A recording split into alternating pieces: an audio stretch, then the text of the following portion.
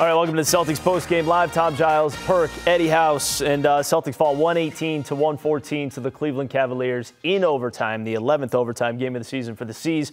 Another game in which the Celtics led by 15, and you saw Cleveland make a run there in forced overtime, and then it was all Cavs pretty much in the OT. Big picture, Eddie, what'd you think?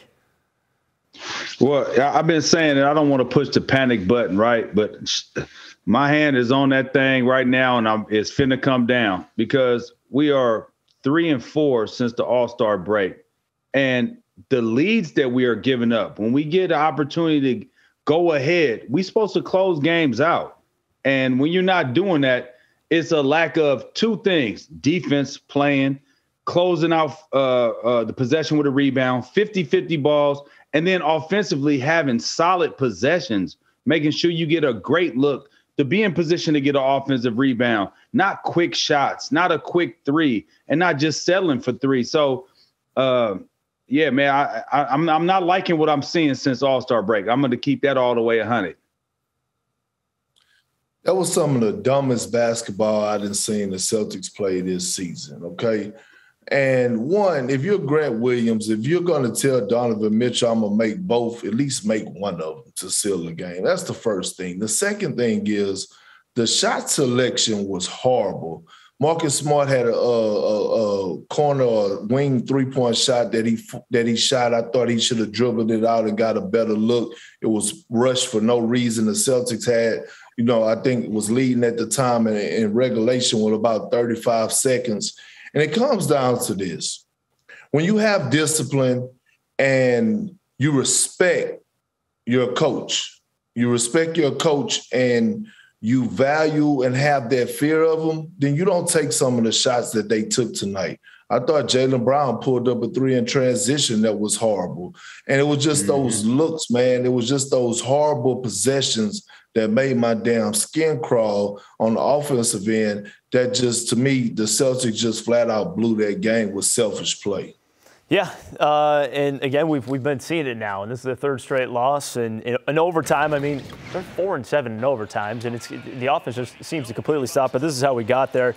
Celtics were up by 11 with a little more than 4 minutes to go. Then Evan Mobley for 2. Then Darius Garland got going, knocks down a 3 off the offensive rebound here. A second look for him. That made it a 6-point game. It was 102-96. How about another 3 from Darius Garland? This is in transition. Spots up. Donovan Mitchell finds Garland with the fake, knocks down the 3. That made it a 3-point game right there, 102-99. Now Jaylen Brown gives the Celtics the 3-point lead back, knocking down that jumper. Tough jumper from Jaylen. He had 32 points on the night. But then you got Donovan Mitchell knocking down that jumper to make it a 1-point game. And this is the possession Perk was just talking about. So Derek White misses a 3 with a shot clock under 10 seconds, but they get the offensive rebound, and then Marcus Smart goes up with it right away when he possibly could have taken it back out and run some clock. Meanwhile, back the other way, you got Donovan Mitchell getting the bucket to give Cleveland a 107-106 lead with 25 seconds left. Derek White, though, gives the Celtics the lead once again off the feed from Jaylen Brown. Just the friendly roll. Celtics didn't have many friendly rolls from deep in the second half. They were 3 of 22 from behind the arc in the second half. But they had a 2-point lead. And here's the foul that I didn't see any contact there. The Celtics challenged it. They called a foul here on Grant Williams. So Donovan Mitchell goes to the free throw line, knocks down both free throws to tie the game. So the game's tied, and Peyton Pritchard, meanwhile, somehow gets all the way to the rim on this.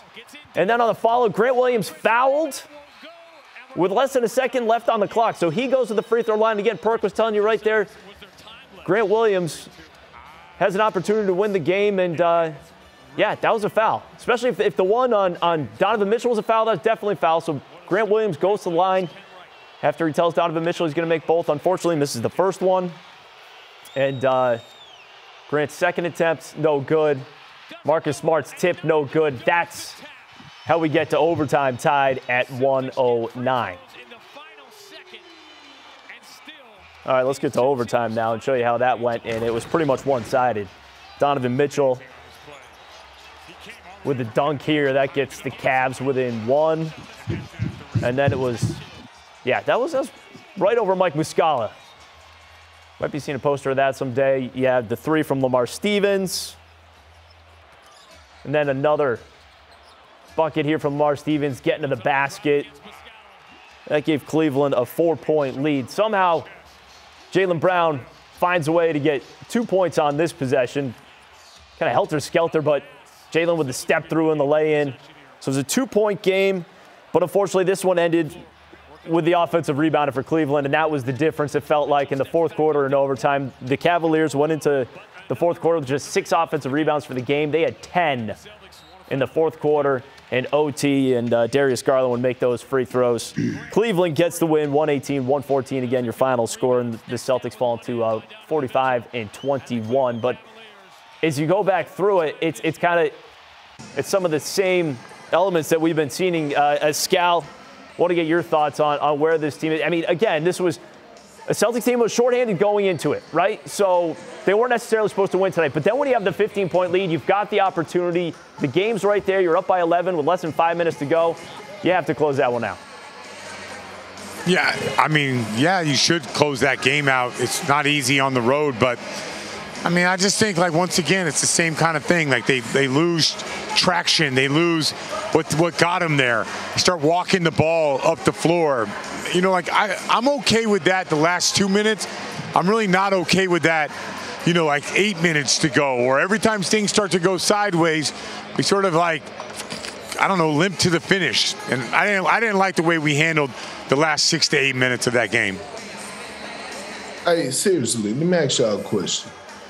Like, when you're in the locker room before this game, like, you done blew 2 double-figure leads and lost 2 games back-to-back. And the conversations are being held, obviously, within the locker room, before the game, during the game. All right, we got this lead. Let's hold on to it. Like, how do you not have the sense of urgency to make sure that you finish the mission and capitalize on the moment?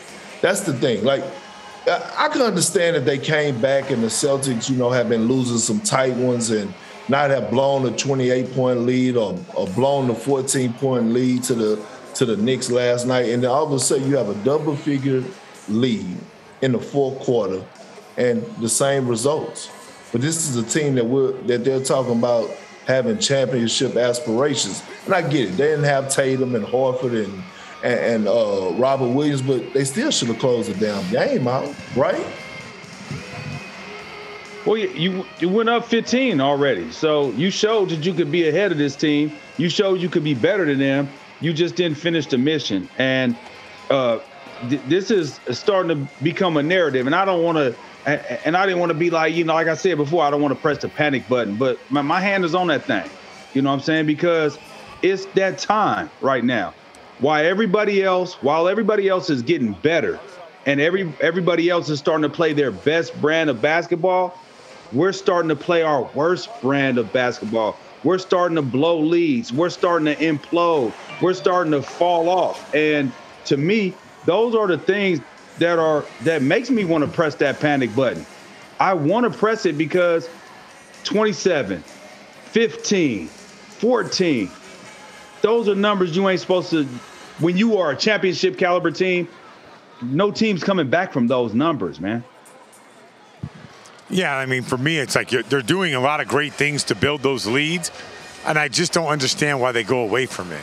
And I get it. Like, I really do. I understand, like, sometimes teams shoot 2 free throws. You got to walk the ball up the floor. You got to execute.